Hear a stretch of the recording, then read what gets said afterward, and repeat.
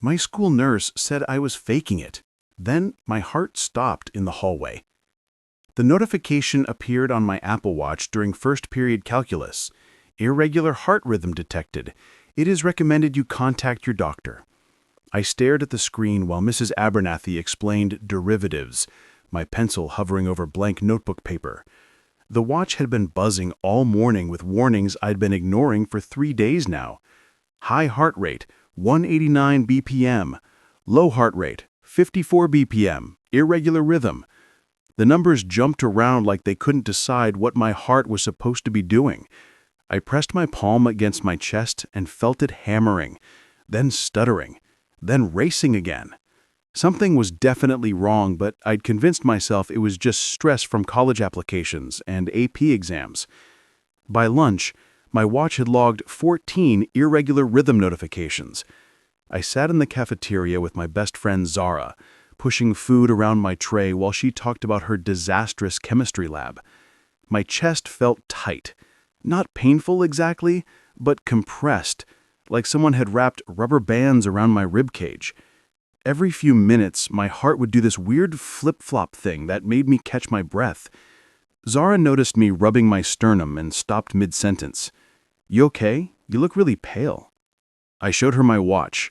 The heart rate graph looked like a seismograph during an earthquake, spiking and plummeting in jagged peaks. Her eyes widened.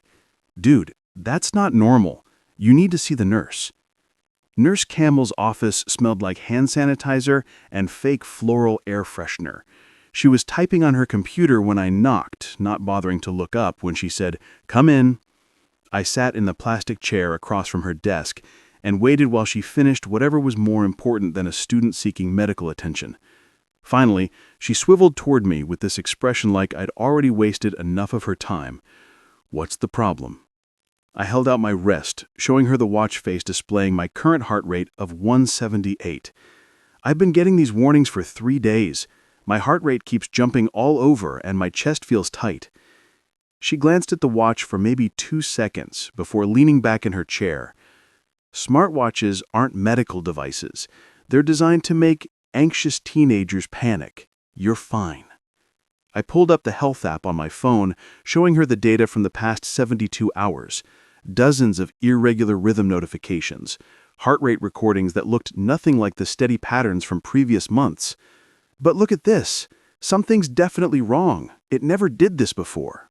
She barely looked at the screen before waving her hand dismissively. "Those devices have a huge false positive rate. They're basically expensive anxiety generators. Every kid comes in here now thinking they're having a heart attack because their watch told them so." My chest tightened more. Whether from actual cardiac distress or frustration, I couldn't tell. "My chest really hurts though, and I feel dizzy sometimes when I stand up." She typed something into her computer, probably noting that I was a hypochondriac wasting her time. "That's anxiety. Classic presentation. You're probably stressed about something. College applications, boyfriend problems." I wanted to scream.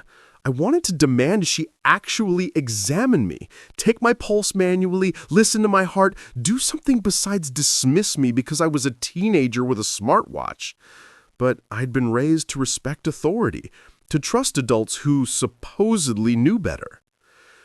"Can you at least check my blood pressure or something, just to make sure?" Nurse Campbell sighed like I'd asked her to perform open heart surgery. She pulled out the blood pressure cuff and wrapped it around my arm with unnecessary force, pumping it up while staring at the wall clock like she was calculating how much time I was stealing from her. The cuff deflated. She unwrapped it. 120/75. Perfectly normal. See, you're fine. This is what I'm talking about. You've worked yourself into such a state that you've convinced yourself something's wrong when there's absolutely nothing wrong. She turned back to her computer, conversation over. I sat there for another moment, feeling stupid and dismissed and scared all at once. But what if it's not anxiety? What if something really is wrong with my heart? Now she looked annoyed, actually annoyed that I wasn't accepting her diagnosis and leaving. Listen, I've been a school nurse for 18 years. I see kids every single day who think they're dying because they felt their heartbeat or got a headache or saw something on the internet. 99% of the time, it's nothing. You are 16 years old. 16-year-olds don't have heart problems. They have anxiety problems. You need to stop obsessing over your watch and stop Googling symptoms and go back to class. She stood up, clearly done with me. If you're still feeling anxious tomorrow, we can talk about a referral to the counseling office for stress management techniques. I walked out of her office feeling worse than when I went in. The tightness in my chest hadn't gone away. My watch buzzed again. Irregular rhythm detected. I silenced the notification and headed to AP English, wondering if maybe she was right. Maybe I was just anxious. Maybe I'd convinced myself I was sick. Except the symptoms had started before I'd even noticed the watch warnings. The chest tightness came first, then the dizziness.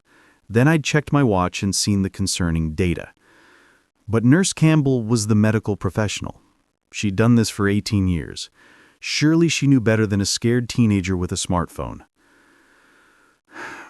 I tried to focus on the discussion of symbolism in The Great Gatsby, but my heart kept doing that stuttering thing that made me lose my breath. Fourth period was world history with Mr. Brennan, who had a policy against phones or smartwatches being visible during class. I kept my watch face covered by my sleeve, but I could still feel it buzzing against my wrist with notifications I wasn't allowed to check. The room felt too hot. My shirt collar felt too tight. I loosened my tie and unbuttoned the top button, trying to breathe deeper, but the pressure in my chest just kept building. Mr. Brennan was talking about the Treaty of Versailles when my vision started doing this weird tunnel thing, like I was looking through a paper towel tube. I gripped the edge of my desk, trying to ground myself, telling myself this was just anxiety, like Nurse Campbell said. Anxiety couldn't actually hurt you. It just felt scary. I just needed to calm down and breathe. Except breathing was getting harder. Each inhale felt shallow, insufficient, like my lungs couldn't quite expand all the way.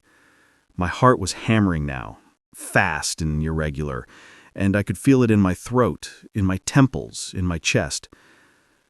The kid sitting next to me, Leo, leaned over and whispered, "Yo, you good? You're really pale." I nodded, not trusting my voice, not wanting to cause a scene over what Nurse Campbell had assured me was just anxiety. Leo didn't look convinced. He raised his hand. "Mr. Brennan, I think Karen needs to go to the nurse." Mr. Brennan looked up from his lecture notes, saw my face, and his expression changed immediately. "Karen? Yes, go. Do you need someone to walk with you?" I shook my head and stood up too fast. The room tilted.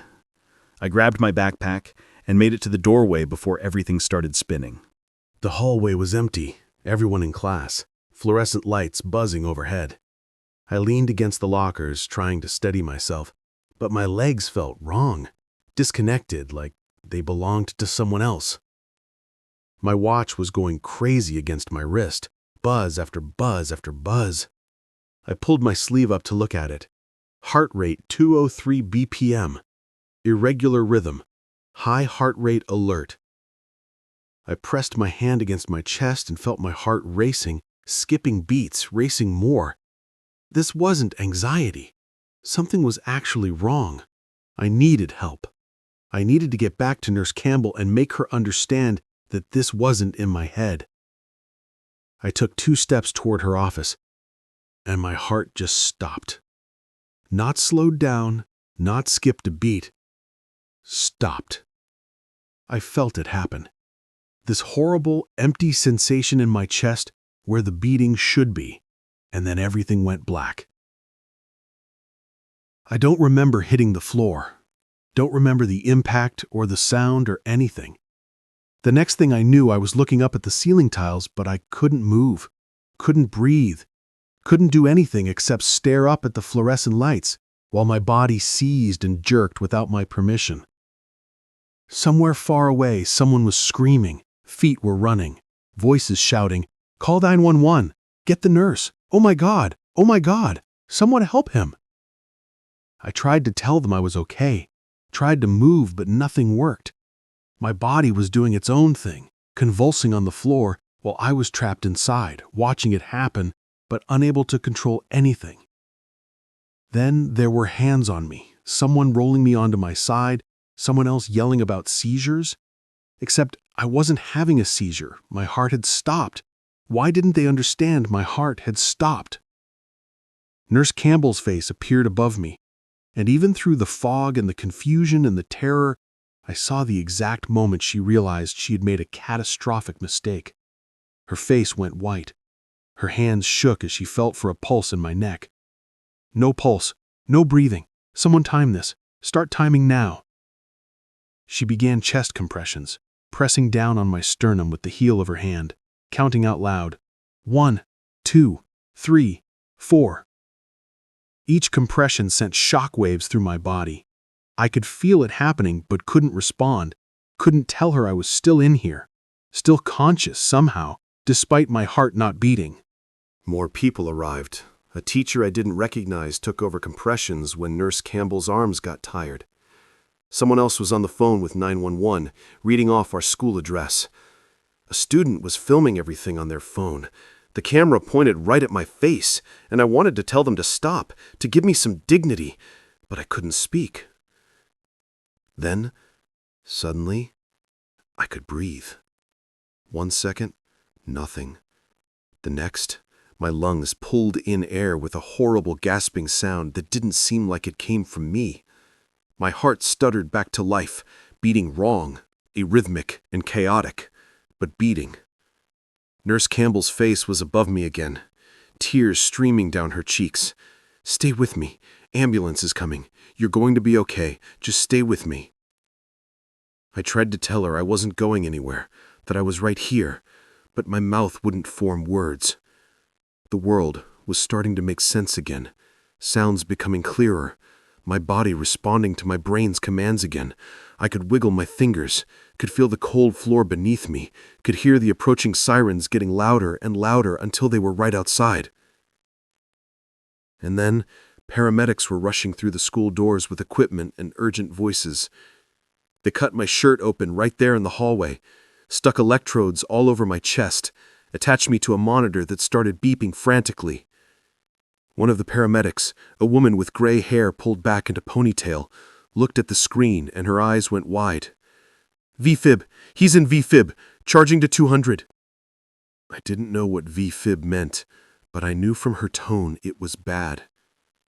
Another paramedic held something that looked like paddles. The gray-haired woman counted. "Clear!" My body arched off the floor as electricity shot through me. The monitor beeped differently. "Still in VFib, charging to 300. Again, clear." Another shock. This time I felt it. This horrible sensation of my chest exploding and contracting at the same time. The monitor changed its pattern. "Sinus rhythm. We got him back. Let's move." They loaded me onto a stretcher and ran toward the ambulance, the gray-haired paramedic squeezing a bag connected to a mask over my face, forcing air into my lungs. I saw the crowd of students lining the hallway, phones out, filming, faces shocked and scared. I saw Mr. Brennan standing there with his hand over his mouth. I saw Leo, the kid who'd noticed I was sick, crying openly. I saw Nurse Campbell standing frozen in her office doorway, watching them take me away. Her scrubs stained with my blood, from where she'd done chest compressions so hard she'd broken my skin. The ambulance doors slammed shut and we were moving, sirens wailing. The paramedics working over me with practiced efficiency. Someone was putting an IV in my arm. Someone else was attaching more monitors. A gray-haired woman was calling ahead to the hospital. 16-year-old male, cardiac arrest, shocked 3 times. Currently stable but needs immediate cardiology consult. The emergency room was chaos. Doctors and nurses swarming around me, shouting medical terms I didn't understand. Someone was asking me questions. "Can you tell me your name? Do you know what day it is? Does anything hurt?" I tried to answer, but my throat was raw, my voice coming out as a raspy whisper. My chest hurt. Everything hurt. A doctor with dark skin and kind eyes leaned over me. I'm Dr. Okonkwo. You're at Mercy General Hospital. You had a cardiac arrest at school. Your heart stopped. Do you understand?" I nodded. He continued, speaking slowly and clearly like he wanted to make sure I comprehended every word. "We're going to run some tests to figure out why this happened.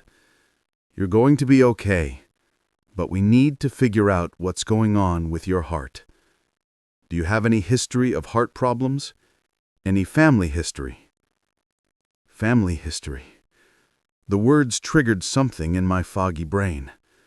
My dad's brother, Uncle David. He died of a heart attack at 23. I'd been too young to remember him, but I'd heard the stories. My grandmother mentioning it sometimes with this sad look on her face. How he just collapsed one day. How they couldn't save him. Nobody had ever connected it to me because he'd been an adult and I was just a kid. And besides, heart attacks happen to old people, not young, healthy people. "My uncle died," I managed to whisper. "Heart attack. He was 23. Dr. Okonkwo's expression changed. He turned to a nurse. "Get me a full cardiac panel and genetic testing. I want an echocardiogram and a stress echo. And call cardiology. We need Dr. Patel down here now." They wheeled me to different rooms for tests. An echocardiogram where they pressed an ultrasound wand against my chest and I watched my heart beating on a screen. The 4 chambers pumping blood in their eternal rhythm, except not so eternal anymore because mine had stopped. An EKG where they attached electrodes all over my chest and arms and legs, printing out long strips of paper with my heart's electrical activity drawn in jagged lines.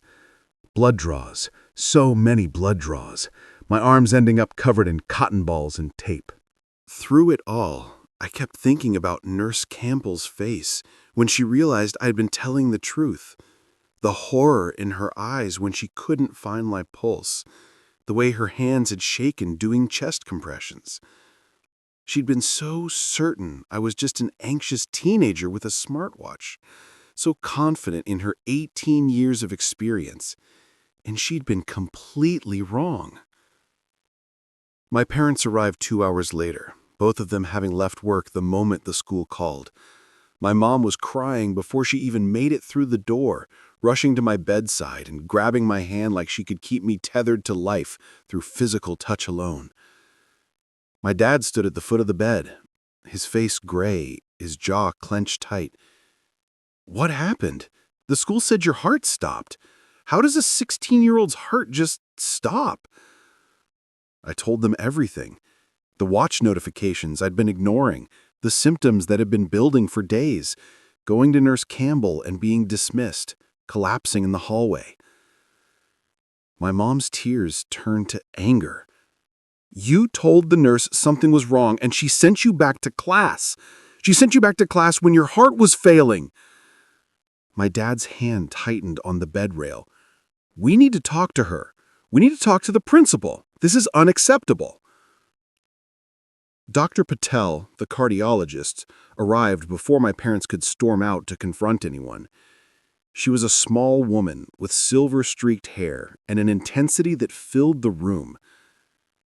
She pulled up a chair next to my bed and opened a tablet showing us images of my heart from the echocardiogram. "Karen, I'm going to explain what's happening in your body. Your heart structure looks normal. The chambers are the right size, the valves are working correctly. Everything looks fine anatomically, but your heart's electrical system is malfunctioning. Based on your symptoms, your family history, and your EKG results, I believe you have long QT syndrome.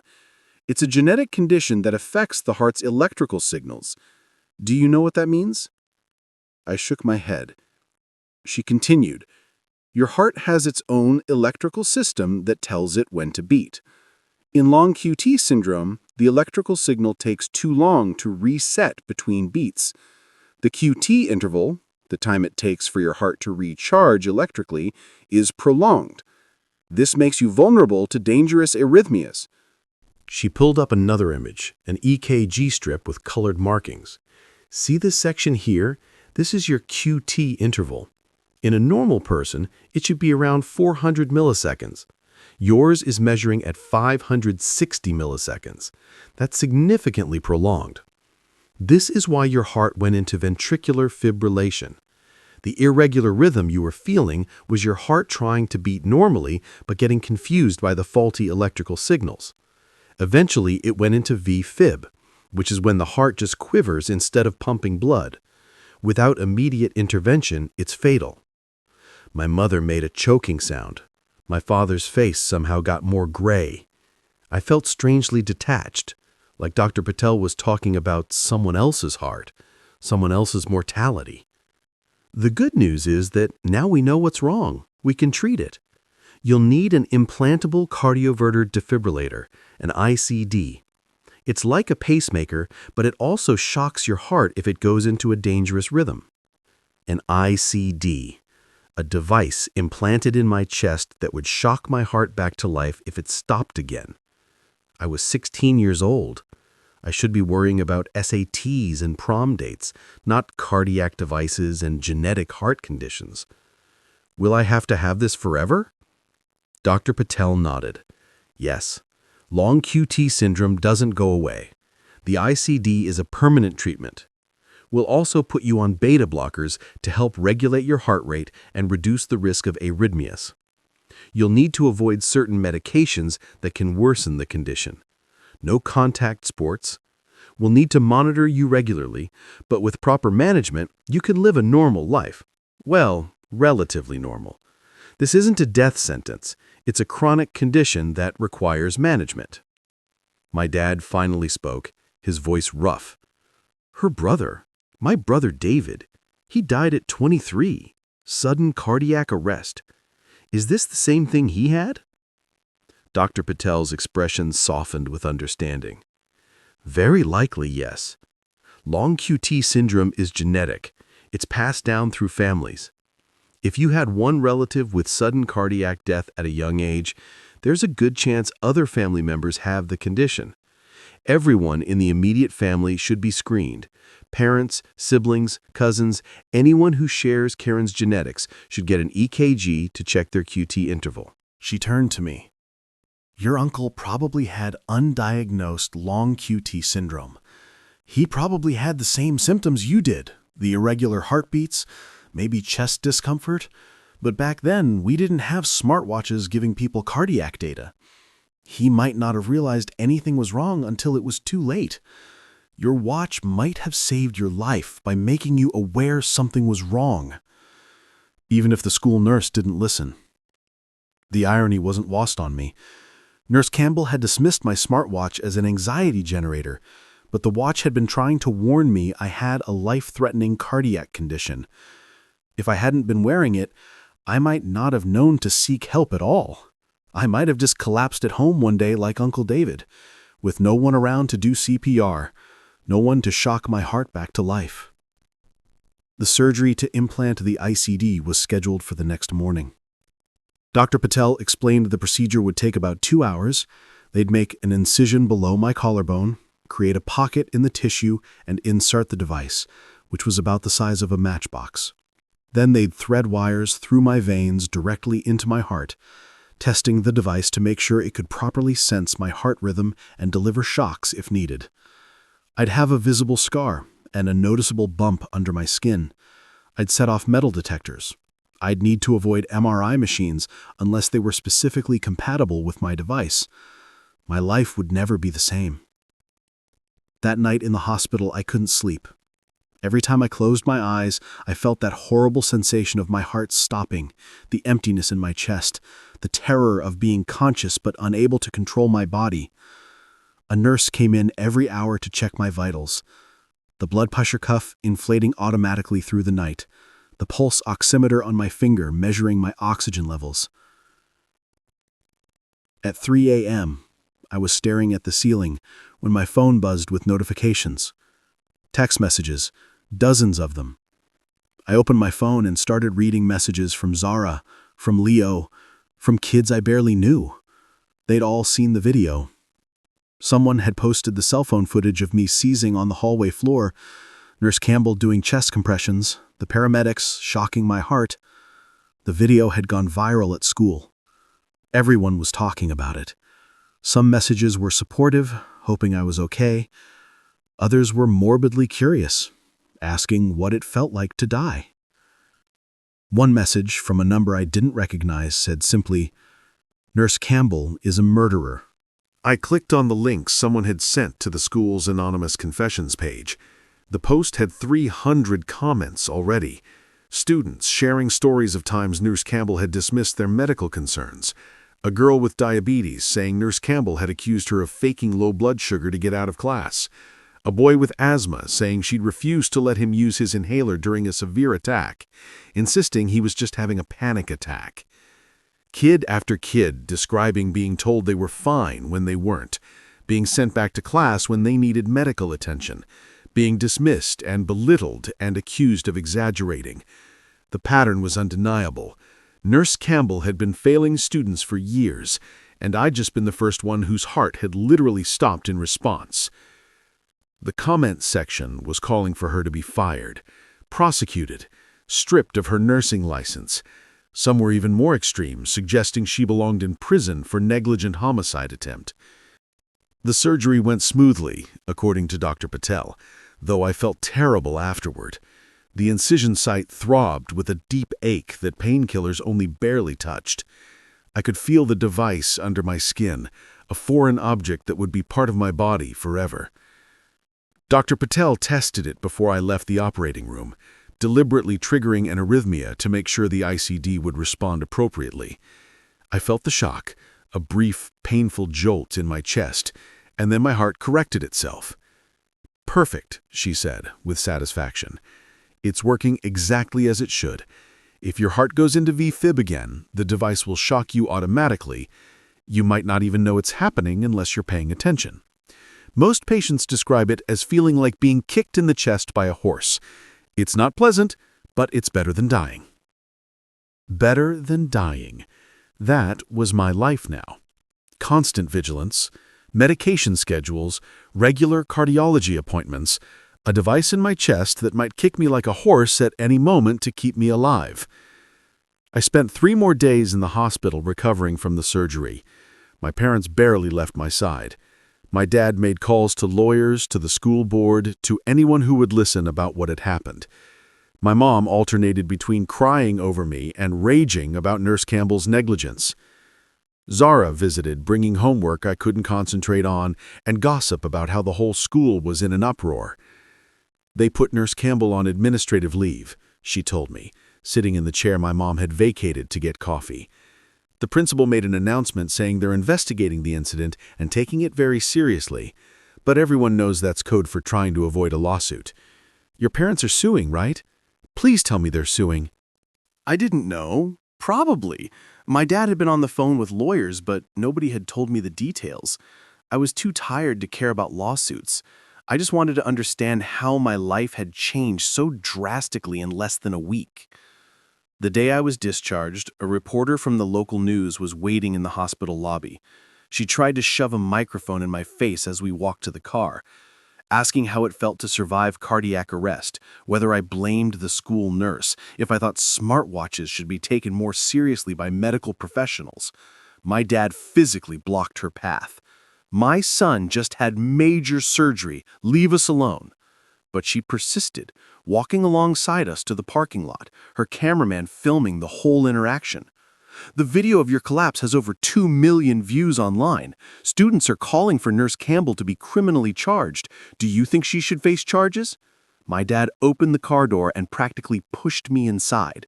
"We have no comment. Stop harassing a minor."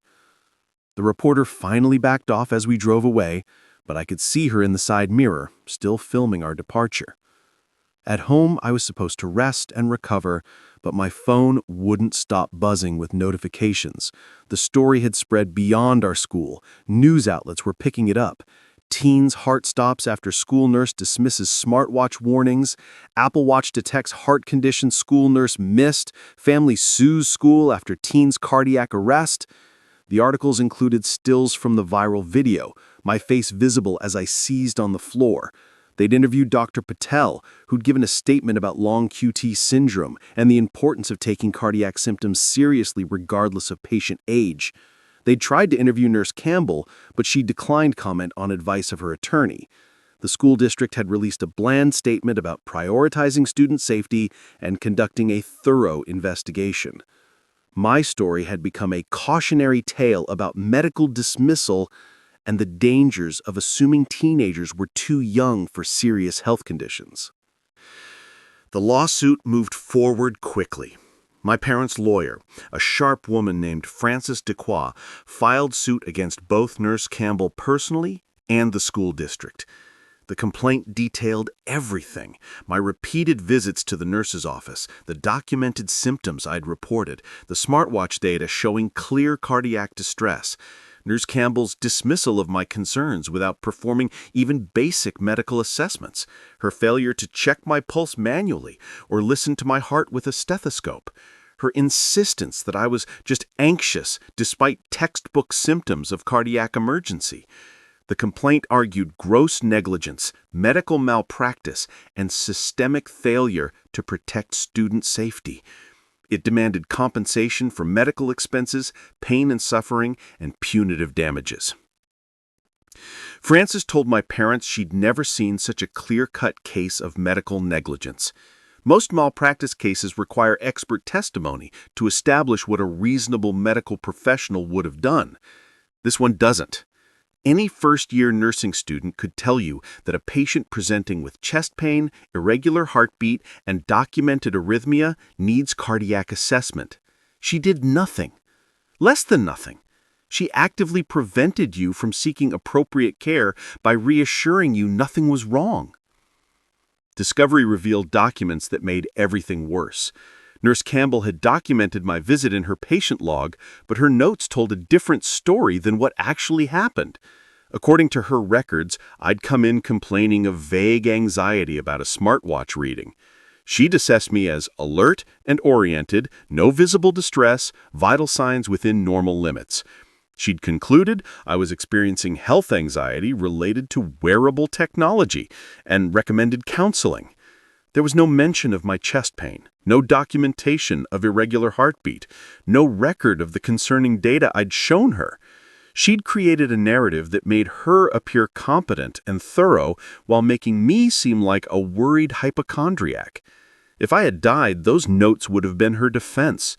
She'd tried to cover her tracks before I'd even left her office, already anticipating she might need to justify her decisions later. But her notes contradicted the discovery of her browser history from the school computer. Frances had subpoenaed the district's IT records, and they revealed something damning. After I'd left Nurse Campbell's office, she'd spent 14 minutes Googling Apple Watch false positive heart rate and teenagers faking heart problems for attention. She'd clicked through multiple articles about smartwatch accuracy and adolescent health anxiety. She'd been trying to confirm her own diagnosis after the fact, looking for information that supported her decision to dismiss me, rather than reconsidering whether she might have been wrong. The timestamps proved she'd been more concerned with validating her judgment than with my actual well-being. If she'd been truly confident in her assessment, she wouldn't have needed to research it afterward. She had known she might have made a mistake. She'd felt doubt. And instead of calling me back to her office or alerting my teachers to watch for warning signs, she tried to reassure herself that she'd done the right thing. The deposition started in August. Frances prepared me extensively, explaining how opposing counsel would try to make me seem unreliable or exaggerated in my symptoms. They're going to ask if you have a history of anxiety, if you've ever skipped class for mental health reasons, if you've been diagnosed with panic disorder or depression. They want to paint you as an emotionally unstable teenager who overreacted to normal body sensations. Don't let them rattle you. Just answer honestly and stick to the facts. The actual deposition was in a conference room at a law office downtown.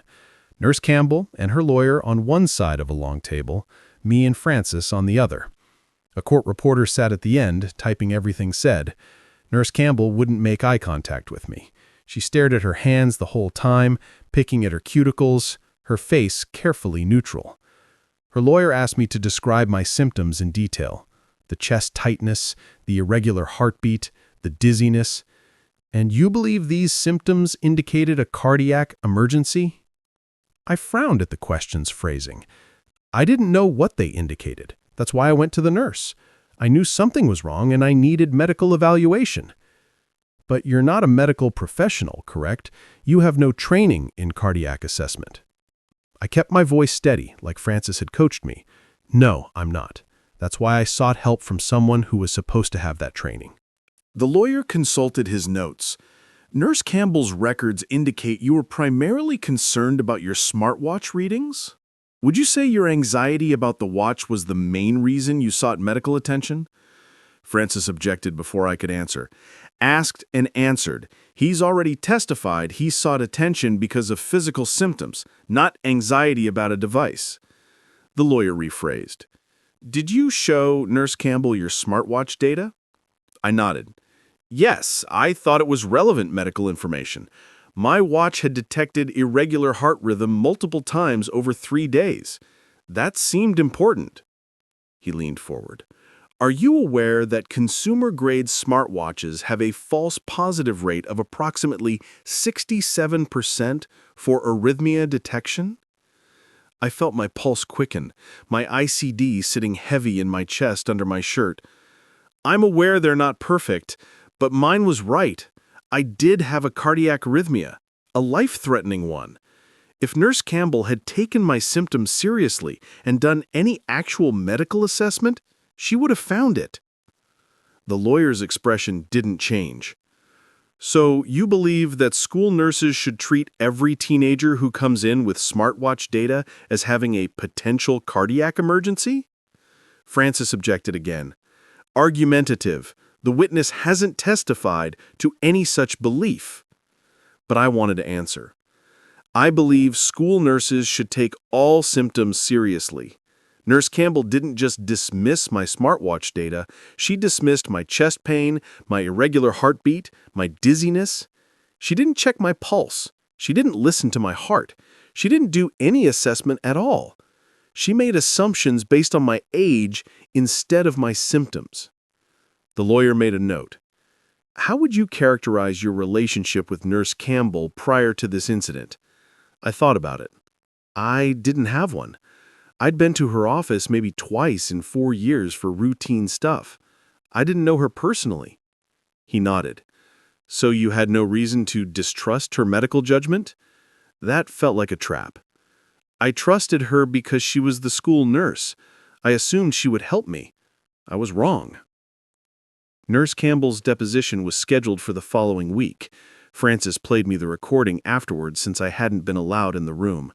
Campbell's voice came through the speaker, defensive and shaky. I made a clinical judgment based on the information available to me at the time.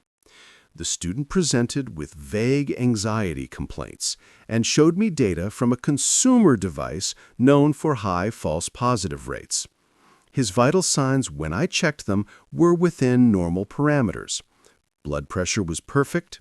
He had no visible signs of distress. Based on my 18 years of experience, I concluded he was experiencing health-related anxiety, which is extremely common in adolescent populations. I made an appropriate referral to counseling services and sent him back to class. How was I supposed to know he had a rare genetic heart condition? Should I order cardiac workups for every teenager who comes in feeling stressed? Francis's voice on the recording, sharp and pointed. Did you manually check his pulse? A pause. I checked his blood pressure. That's not what I asked. Did you place your fingers on his wrist or neck and count his heartbeats? Another pause. Longer. No. Did you listen to his heart with a stethoscope? No. Why not? Campbell's lawyer interjected something about the question being asked and answered, but then Campbell answered anyway, her voice rising defensively. Because it wasn't medically necessary. His presentation didn't warrant cardiac assessment. He was a healthy teenage boy having an anxiety attack about his smartwatch. I see 50 kids a week. If I did a full cardiac workup on everyone who came in feeling nervous, I'd never have time for students with real medical needs. Francis pounced. So, you're testifying that Kieran didn't have a real medical need? Campbell realized her mistake too late. That's not what I meant. Obviously, in retrospect, he did have a medical condition. But at the time, based on the information I had, my assessment was reasonable. I can't be expected to diagnose rare genetic conditions in a school nurse's office. That's not my job. Francis's voice was cold. Your job is to provide competent medical care to students. A student presented with cardiac symptoms. You failed to perform even basic cardiac assessment. Because of your failure, he went into cardiac arrest 20 minutes later. His heart stopped. He died on your hallway floor. How is that reasonable? The recording went on for another hour, Campbell getting more defensive and contradicting herself repeatedly.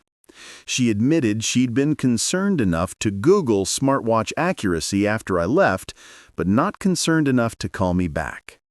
She acknowledged that chest pain combined with irregular heartbeat would typically warrant cardiac assessment, but insisted my specific presentation hadn't seemed serious.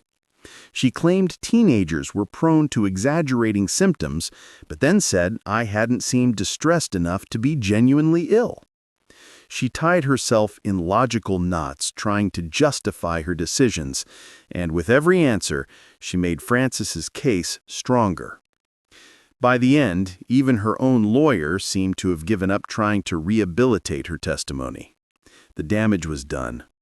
She'd admitted to making assumptions based on my age rather than my symptoms, to failing to perform basic medical assessments, to prioritizing her own convenience over patient care. Her 18 years of experience had become 18 years of developing bad habits that had nearly killed me. The school district's defense was somehow worse. Their lawyer argued governmental immunity, claiming the district couldn't be held liable for the actions of individual employees. Francis demolished that argument by showing the district had received 3 formal complaints about Nurse Campbell in the previous 5 years, all regarding dismissive treatment of students with legitimate medical conditions. The district had done nothing except require Campbell to attend a single continuing education seminar on adolescent health. They'd been aware of a pattern of poor care and had failed to take meaningful action. The district's risk manager testified that they'd considered replacing Campbell, but decided against it because she was close to retirement and finding qualified school nurses was difficult in the current market. They'd prioritized administrative convenience over student safety. The risk manager actually said on record that they'd calculated it would be cheaper to handle occasional lawsuits than to hire a new nurse. That statement became Exhibit A in the punitive damages phase. Meanwhile, my junior year of high school had started without me. I had been cleared by Dr. Patel to return to school in September, but my parents insisted on keeping me home for the first few weeks while the media attention was still intense. By the time I finally went back, the viral video had mostly faded from public consciousness, though kids at school definitely still remembered. Walking through the hallways, I felt everyone's eyes on me. Some kids stared at the visible bump of my ICD under my shirt. Others whispered to their friends when I passed. A few came up to tell me they were glad I was okay, or to share their own stories of being dismissed by Nurse Campbell. The school had hired a new nurse, a young guy named Nurse Gregory, who'd apparently been briefed extensively on my case because he introduced himself during my first day back and assured me his office door was always open if I ever had any concerns whatsoever about my health. He seemed nervous, like he was terrified I'd collapse on his watch, too. Classes were harder than they used to be. I'd missed enough school that I was playing catch-up in every subject, but beyond that, I just couldn't focus the way I used to. My mind kept drifting to my heartbeat, hyper-aware of every skip and flutter. The beta blockers made me tired all the time. I'd fall asleep in afternoon classes, my body heavy and slow. I couldn't do gym class anymore. The doctor's note excused me from any physical activity more strenuous than walking. I'd been on the cross-country team before, running varsity since freshman year, but that was over now. No contact sports, no competitive running, nothing that would elevate my heart rate too much. Sitting in study hall, while my former teammates practiced outside the window, I felt like I'd lost part of my identity. Being a runner had been who I was. Now I was the kid with the heart condition, the kid who'd gone viral dying on camera, the kid everyone had to be careful around because I might drop dead at any moment. The lawsuit dragged on through fall. Francis filed for summary judgment, arguing the facts were so clearly in our favor that a trial wasn't even necessary. The judge denied the motion, saying a jury should decide questions of negligence and damages. Jury selection was scheduled for January. Meanwhile, Nurse Campbell's nursing license hearing was happening separately. The state nursing board had opened an investigation after my cardiac arrest made news. Her license was suspended pending the outcome of the hearing. Francis encouraged my parents to provide testimony at the hearing. My mom testified about finding out her son had died in the school hallway, about the genetic condition that had killed her brother now manifesting in her child. My dad testified about Campbell's complete failure to provide appropriate care. Then they played the hospital security footage. The footage showed me arriving via ambulance, still in VFib, the paramedics shocking me in the ER. It showed Dr. Okonkwo working on me, calling for Dr. Patel, ordering tests. It showed the moment I regained consciousness, disoriented and scared. The nursing board watched the entire video in silence. Then they watched the cell phone footage from school, the viral video, seeing me collapse and seize and receive CPR. Campbell sat at the defendant's table, forced to watch the consequences of her negligence play out on screen. One of the board members asked her directly, "Miss Campbell, after watching this footage, do you believe you provided appropriate medical care to this patient?" She consulted with her lawyer before answering. "I believe I made a reasonable clinical decision based on the information available at the time." The board member's expression hardened. The appropriate answer was no. The board deliberated for 3 hours before issuing their decision. License revoked, effective immediately. Campbell could petition for reinstatement in 5 years, but she'd have to complete additional education and demonstrate she'd remediated the deficiencies that led to her negligent care. The board chair read a statement explaining their reasoning. Miss Campbell's failure to perform basic medical assessment on a patient presenting with cardiac symptoms falls below the standard of care expected of a reasonably prudent nurse. Her decision to dismiss the patient's concerns without proper evaluation demonstrated a dangerous pattern of assumption-based care rather than evidence-based care. Most concerning is her statement that she didn't believe the patient's complaints warranted cardiac assessment, despite his report of chest pain and irregular heartbeat. This represents a fundamental failure to understand basic nursing practice. The civil trial started the first week of January. I had to miss school to attend, sitting in the courtroom while lawyers argued about my life. The jury was selected quickly. Francis's opening statement was devastating.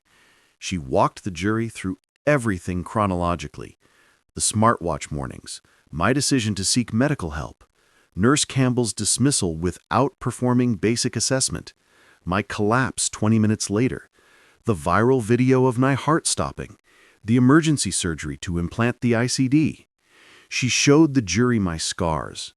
She had Dr. Patel testify about long QT syndrome and how easily it could have been detected with proper assessment. Campbell's lawyer tried to argue contributory negligence. Francis countered that students are taught to trust authority figures. When a medical professional tells you you're fine, you believe them. The testimony went on for days. Witnesses describing Campbell's pattern of dismissive care, the school district's risk managers squirming on the stand, Dr. Okonkwo describing how close I'd come to permanent brain damage, my parents breaking down, recounting the moment they got the call that their son had died at school. Campbell took the stand and apologized, but Francis's cross-examination was merciless. The jury deliberated for 2 days before returning. We find in favor of the plaintiff. Compensatory damages, $800,000. Punitive damages against Campbell, $1.5 million. Punitive damages against the school district, $5 million. Total judgment, $7.3 million. 6 months after the trial, my parents launched the Kieran Ashford Foundation for Adolescent Cardiac Awareness. The foundation offered free cardiac screening for teenagers and educational programs for school nurses. They partnered with Apple to study smartwatch cardiac detection accuracy in adolescent populations. My mom ran it full-time. Francis joined as legal counsel pro bono. I graduated high school on time, despite everything. College acceptances came in the spring. I chose a university with a strong pre-med program. I decided to become a doctor, the kind who listened to patients. My ICD has never had to shock me. The beta blockers keep my heart stable. I barely notice the device anymore. It's just part of me now. Nurse Campbell never worked in healthcare again. Last I heard, she was working retail. Her career of 18 years had ended with her license revoked and her name synonymous with medical negligence. The viral video eventually faded from the internet, taken down as part of the settlement, but nothing ever really disappears online. Sometimes I still get recognized. It's weird being known for dying. That's what the viral fame is based on. But I'm alive. That's what matters. My Uncle David wasn't as lucky.